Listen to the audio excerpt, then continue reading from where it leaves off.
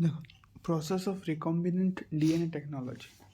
Recombinant DNA technology involves several steps in a specific sequence such as isolation of DNA. कौन से step से बोलते हैं? Recombinant DNA बहुत सारे स्टेप है ना.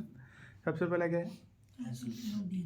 कुछ भी काम करना है तो सबसे पहले अपने को डीएनए को बाहर निकालना पड़ेगा. ठीक है, अलग कर देना पड़ेगा सबसे, है ना. यानी पूरे सेल से बाहर निकाल दिया डीएनए को. Isolation of DNA. फिर fragmentation of DNA by restriction endonucleases. फिर क्या कर रहे हैं? तो मॉलिक्यूलर सीजर करके एक एंजाइम्स रहती है, इसको क्या बोलते हैं अपन? एंडोन्यूक्लियेजेस, है ना. तो रेस्ट्रिक्शन एंजाइम बोलो या फिर रेस्ट्रिक्शन एंडोन्यूक्लियेजेस. पूरा नाम क्या है? रेस्ट्रिक्शन एंडोन्यूक्लियेजेस.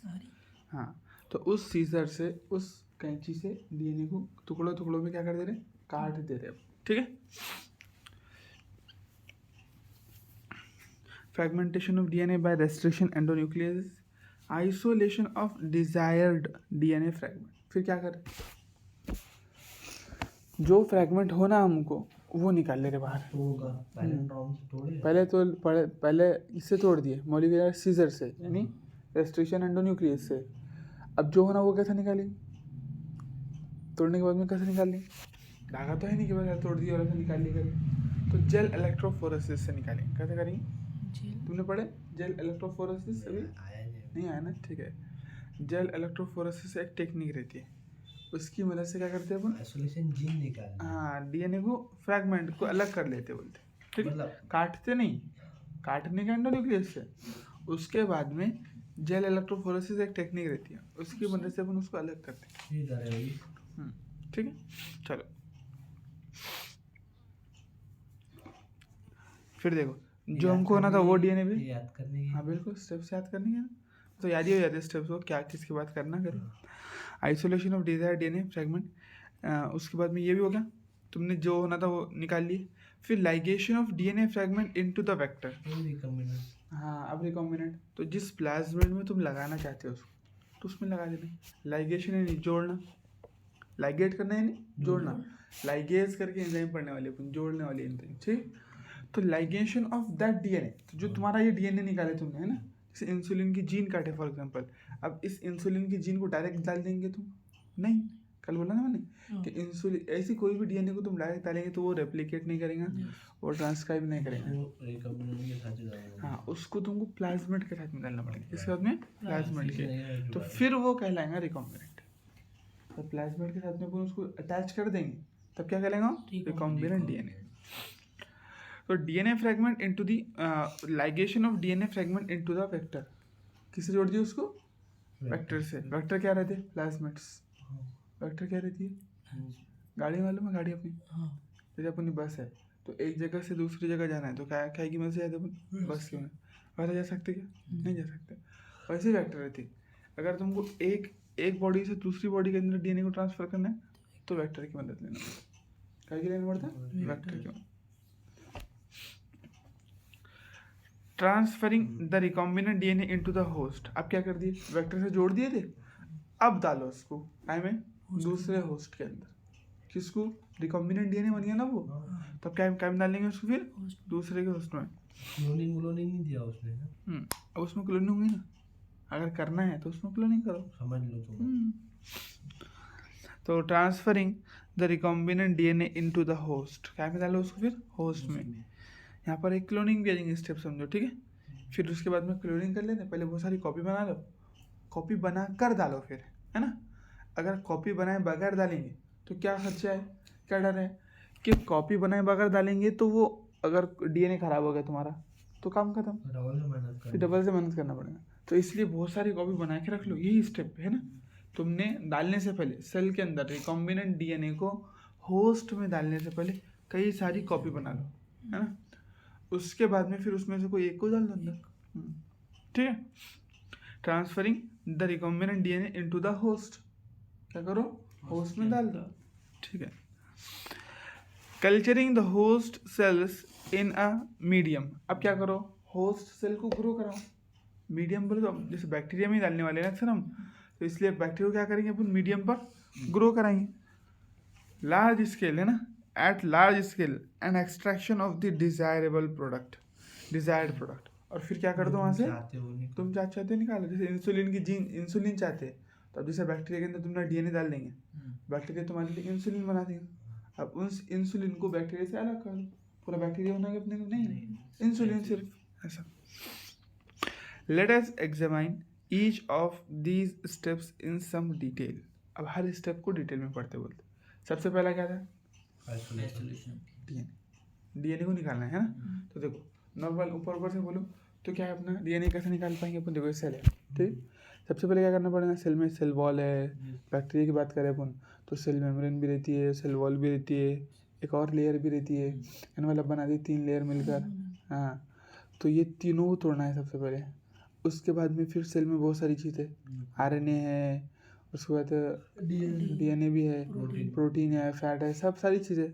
तो अपन क्या करेंगे, एक एक से तोड़ डालेंगे। क्या करेंगे सबसे पहले, recall that nucleic acid is the genetic material of all organism. ये अभी पढ़ रहे अपन, चालू है पढ़ना अपना, है ना। ये बोले थे अपन विदाउट एक्सेप्शन। कोई एक्सेप्शन है क्या, नहीं है, सही में कोई भी एक्सेप्शन है। हाँ बराबर, क्योंकि आरएनए और डीएनए दोनों है ना। एक्सेप्शन है भी डीएनए का है, लेकिन आरएनए न्यूक्लिक एसिड का है कि नहीं।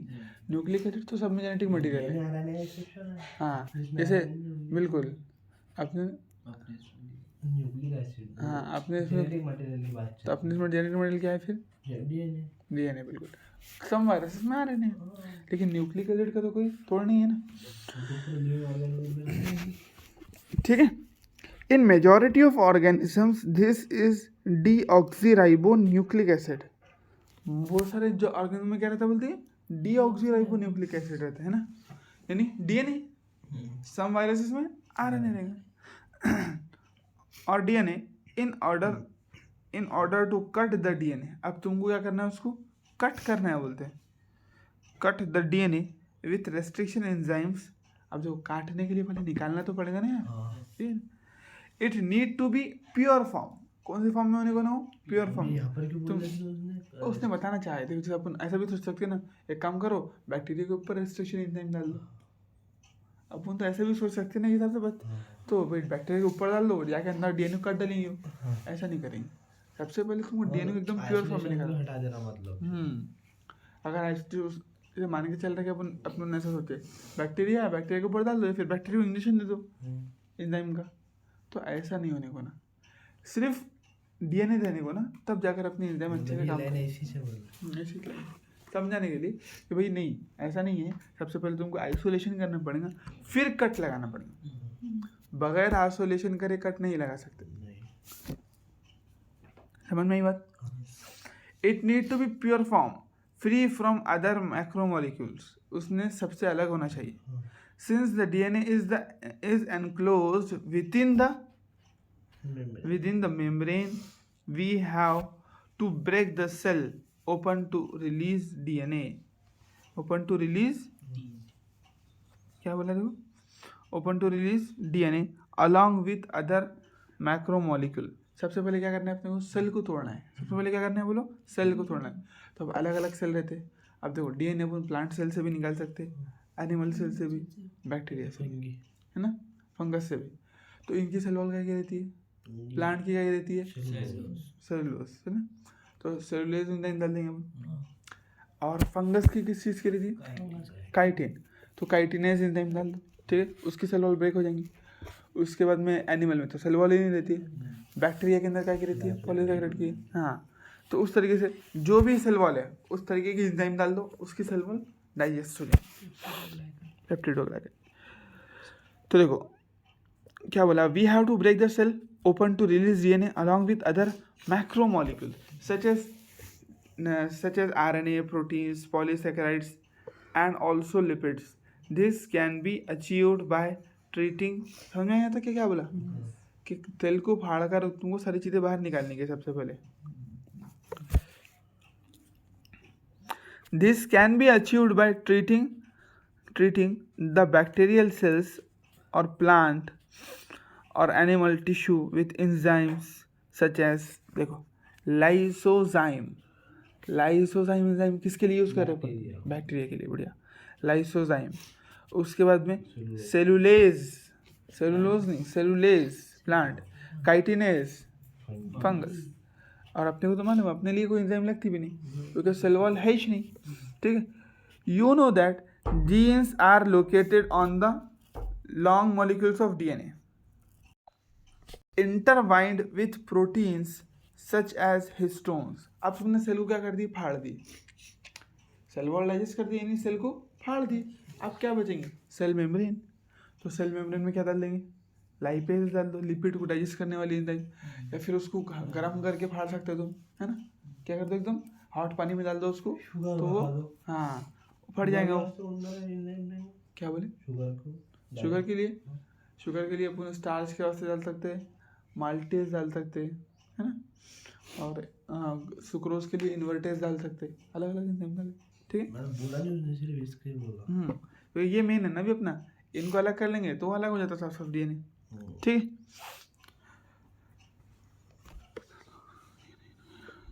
हाँ अब तुम देखो, अब उसने अब कहाँ तक चलेगा, अब डायरेक्ट वो डायरेक्ट सेल के अंदर सारी चीज़ें अलग करके डीएनए पर चलेगा, अपने क्रोमैटिन पर। तो क्रोमैटिन में कौन सी जो चीज़ें थी, प्रोटीन, वो बने हुए तो प्रोटीन। हाँ अब उसने बाकी किसका नहीं बताया, देखो अब उसने क्या सिर्फ सेल वॉल को फाड़ा, सेल मेम्ब्रेन कैसा डाइजेस्ट करेंगे वो भी नहीं बताया, फिर सब में से अलग कैसा करेंगे डीएनए को कुछ नहीं बताया, यानी न्यूक्लियर मेम्ब्रेन को। हाँ बस। तो आप क्या करेंगे, देखो कि वो बोल रहा है कि तुमको मालूम है कि डीएनए किस तरीके से इंटरवाइंड रहता है, एक दूसरे में गुथा हुआ रहता है ना, किसकी वजह से, हिस्टोन प्रोटीन के। तब तुमको इस प्रोटीन को डाइजेस्ट करना है, और कुछ आरएनए भी रहते हैं सेल में, उनको भी डाइजेस्ट करना है। Such as histone, the RNA can be removed by treatment with ribonucleases, RNA, ठीक है, ribonucleases, whereas proteins can be removed by treatment with proteases, है ना। Other molecules can be removed by appropriate treatment with treatment and purified DNA. Other molecules can be removed by appropriate treatments. Other molecule जैसे fat, हाँ बिल्कुल, fat हो गया, sugar हो गई, उनको भी कोई ना कोई एंजाइम से तोड़ डालेंगे। तो इसमें जो जो एंजाइम दिए उनको तुमको अच्छे से याद रखना है ना। लाइसोजाइम जैसे बैक्टीरिया के लिए पूछ सकता, काइटिनेज, सेलुलेज, ये सारी चीज़ें पूछ सकता है, ठीक है। प्रोटीजेस, डीएनए, राइबोन्यूक्लिएजेस याद रख लेना, ठीक है। And purified DNA ultimately precipitates. अब देखो डीएनए इसका मतलब क्या होगा, अब तुमने प्रोटीन भी डाइजेस्ट कर लिए, राइबोसोम यानी आरएनए भी, सब चीज़ डाइजेस्ट कर ली, आखिरी में निकाल लेंगे। अब क्या बचा, कुछ भी नहीं। तो इसका मतलब अब डीएनए बचा तुम्हारा सिर्फ। तो डीएनए क्या रहता, पानी में घुला हुआ रहता है, पानी में क्या रहता, घुला हुआ रहता।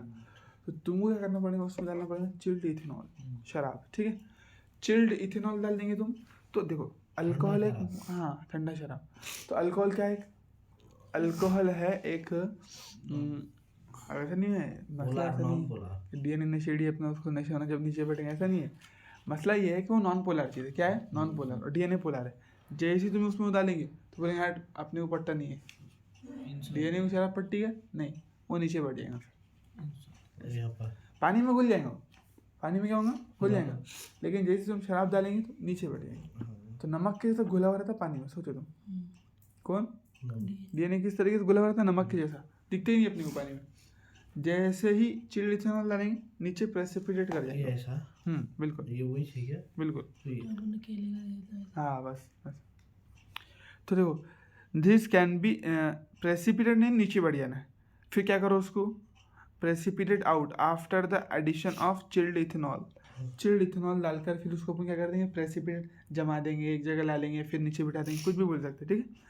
फिर उसके बाद में स्पूलिंग की वजह से निकाल दो उसको, स्पूलिंग उसके निकालने का प्रोसेस, उसके निकालने का प्रोसेस को spooling, DNA separate out can be remove by spooling, बस। हाँ अब जो डीएनए एक जगह जमा हो गया है ना, प्रेसिपिटेट होगा था, हाँ प्रेसिपिटेट हो गया, उसको एक चम्मच से, एक कोई भी इंस्ट्रूमेंट से निकालने को क्या बोलेंगे, स्पूलिंग बोलेंगे, ठीक है, खत्म। अब वो क्या दिखेगा तुमको, this can be seen as collection of fine threads, बारीक बारीक धागे दिखेंगे, इन द सस्पेंशन। अब ये ऊपर आया हुआ क्या दिखेगा तुमको, सस्पेंशन ऊपर नहीं बोलते ना अपन, तो ऊपर आया हुआ क्या दिखेगा, बारीक बारीक बारीक बारीक धागे दिखेंगे तुम्हारे को। डीएनए क्या, डीएनए दिखेगा कैसा, अदर देन डीएनए, डीएनए कोई वो नहीं डीएनए ही, डीएनए दिखने में कैसा रहेगा तुम्हारे को, फाइन थ्रेड्स जैसा रहेगा है ना, एकदम बारीक से धागे जैसा रहेगा This बोलते can हैं। be seen collection of fine thread suspension बोल के ऊपर बोल रहा है फिर सस्पेंस देखो ऊपर आ गया। देखो प्रेसिपिटेशन का मतलब जमा देना हो रहा है यहाँ पर, क्या ले रहे हैं अपन, जमा दे एक जगह नीचे बैठना नहीं नीचे बैठना भी लिए भी अगर तुमने, या फिर बाद में स्पूलिंग से ऊपर निकाल भी लिए, तुम वो कैसे देखने वाले हो।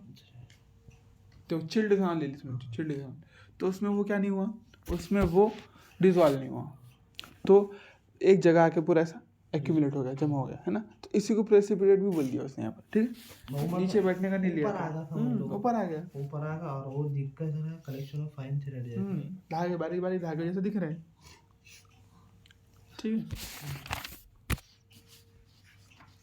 यहाँ पर DNA that separates out can be removed bye spooling. Spooling बोले तो एक स्पून लो, कोई चम्मच नहीं लेते अपन, कोई दूसरा इंस्ट्रूमेंट दे दो, हाँ, उससे उसको निकाल लो, प्रोसेस को क्या बोलेंगे, स्पूलिंग। डीएनए के निकालने को है ठीक है, प्राइमरी टेस्ट